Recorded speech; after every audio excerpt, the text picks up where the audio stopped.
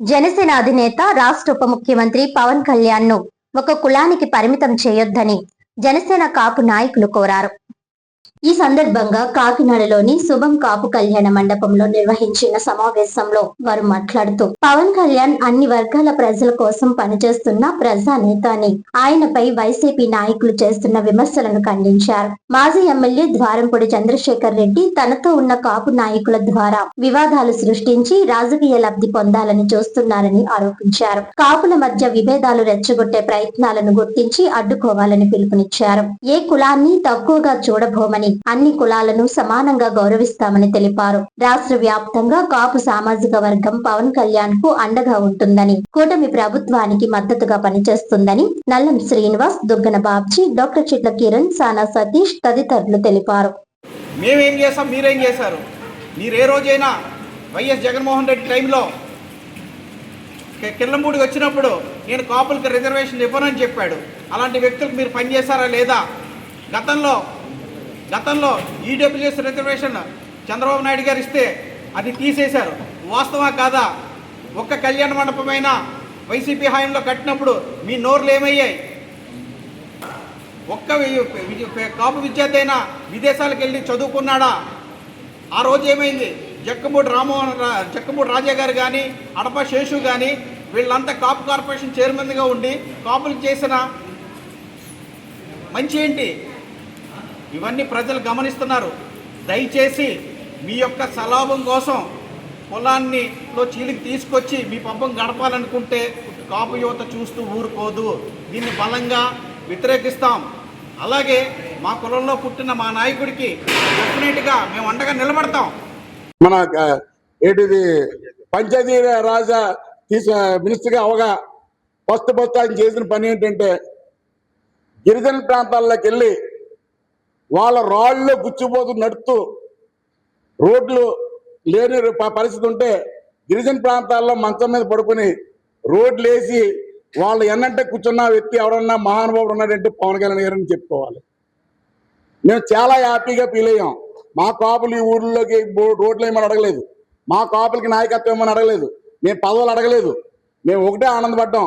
మా కాపు కులంలో ఆయన డిప్యూటీ సీఎం అయ్యాడు కాబట్టి, పంచాయతీ శాఖ మినిస్టర్ అయ్యాడు కాబట్టి, గిరిజన ప్రాంతాలు ఏదైతే వాళ్ళు నరకం అనిపిస్తున్నారు కాబట్టి వాళ్ళు ఇప్పుడు కూడా అప్పుడు కొండల్లోనే ఉండి కొండల్లోనే ఏరుకుని కొండల్లోనే వాళ్ళ సింపతి బయట వాళ్ళు దొబ్బేసినా కూడా ఇవాళ ప్రతి ఒక్క ఎత్తు కూడా చదువుకోవడం జరిగింది. ఇవాళ ఆ చదువుకొని ఈ ఎడ్యుకేషన్ ఉన్న ప్రాంతాల్లోకి వెళ్ళి వాళ్ళ రోడ్లు ఉండాలని చెప్పేసి ఇవాళ అంత కార్యక్రమం మంచి కార్యక్రమాలు చేసుకుంటూ వచ్చి మహానుభావుడికి ఇవాళ ఈ వైఎస్ఆర్ పార్టీలో కాపులతోటి ఎన్నో కార్యక్రమాలు పెట్టించి వైఎస్ఆర్ పార్టీ జగన్మోహన్ రెడ్డి గారు ఈ కార్యక్రమాలు చేస్తున్నారంటే మీరు వచ్చే రోజుల్లో తగిన ముడు చెల్లించుకుంటారని చెప్పేసి ఈ సందర్భం కూడా చెప్పడం జరుగుతుంది.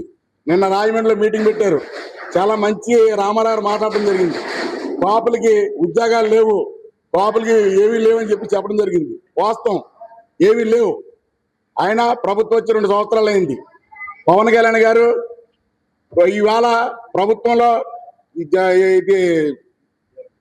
పంచాయతీల్లో కానీ ఎంప్లాయీస్ డబ్బులు కానీ మొత్తం అన్ని ఆయన వాడేసుకుని వెళ్ళిపోయాడు. ఆయన ఇవాళ ప్రతి ఒక్క రూపాయి పోగేసి ఇవాళ రోడ్లు వేయటం, జనాలకు ఏదో అవసరం అయితే అది చేసుకుని వస్తూ ఉంటే మనం కళ్ళతో చూసి ఆనందపడాలి తప్పించి ఈ ప్రభుత్వం కాదు, నా ప్రభుత్వం, ఆ ప్రభుత్వం కానీ ఈ ప్రభుత్వం మనం ఇలాంటి కార్యక్రమాలు చేసుకుని పోతే మాత్రం రేపు వచ్చే రోజుల్లో మనం కడుక్కునే పరిస్థితిలో వస్తుందని చెప్పేసి ఆంధ్రప్రదేశ్ మనం అది కూడా గమనించుకోవాల్సిన పరిస్థితి మనం అర్థం చేసుకోవాలి. చాలా ప్రతి ఒడికి కూడా రాజకీయం తెలుసుకున్న రోజు వచ్చింది. ఈ రోజు ఖచ్చితంగా 199% పవన్ కళ్యాణ్కి కాపు జాతి అంతా కూడా జనసేన పార్టీకి ఉందని చెప్పేసి సందర్భంగా చెప్పడం జరుగుతుంది.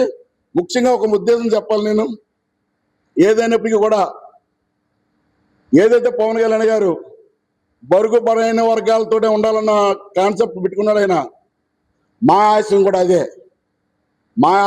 అదే. కాకినాడలో ఇవాళ ఖచ్చితంగా చెప్తున్నాను, ఇవాళ మేము కాపు కులం అనేది మాత్రం మేము బేస్గా తీసుకోము. మేము మా పెళ్లిళ్ళలో మా సావుల్లోనే మేము క్యాస్ట్ చూసుకుంటాం తప్పించి బయటకు వెళ్తే మాత్రం అన్ని కులాలతోటి మేము అనుబంధంగా ఉండి ఇవాళ అన్నా తమ్ముళ్ళ కింద మసులుకుంటూ మేము పవన్ కళ్యాణ్ గారికి మంచి గిఫ్ట్ ఇవ్వాలని కాకినాడలో మేము ఎదురు చూస్తా ఉన్నాం.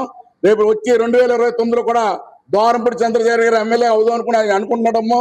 ఖచ్చితంగా చెప్తున్నాం, మా ప్రాణాలన్నా కాకినాడలో వదులుకుంటాం కానీ దోరంపూడి చంద్రశేఖర్ అన్న వ్యక్తి మళ్ళీ ఎమ్మెల్యే అవడని చెప్పేసి ఈ సందర్భంగా చెప్తూ రేపు వచ్చి రోజుల్లో 2029లో జనసేన జెండా కాకినాడ రెవరవలాడి రోజు తీసుకొస్తానని చెప్పి ఈ సందర్భంగా చెప్పుకుంటూ ఈ కార్యక్రమాలు కాపులు అందరూ కూడా తెలుసుకోవాల్సింది ఏంటంటే అందరూ మనం బంధుమిత్రులమే, మన చుట్టాలమే, మనం కొట్టుకోవద్దు.